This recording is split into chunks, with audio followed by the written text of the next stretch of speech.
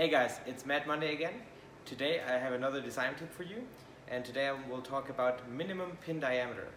So as you know from this part, there are some small pins on here, and the smallest one is 0.5 millimeters. But what's also on this part is this lattice structure, and there we have pins that are 0.4 millimeters in diameter.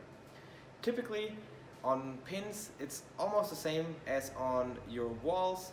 You can have very small features down to about twice the size of your laser spot. However, keep in mind, the smaller your feature, the easier you bend it, especially if you have very fine lattice or or lattice with very large gaps between its knots. So for example, this pin I can easily bend back and forth. So it's not always good to just have the smallest feature, but to have a feature that can actually withstand the handling of your part.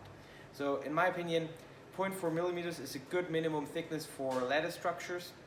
You will get good rigidity. You can even bead blast it without too much wear and without being afraid of blasting away your structure.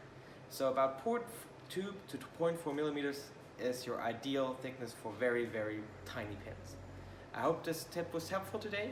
As always, see you next week.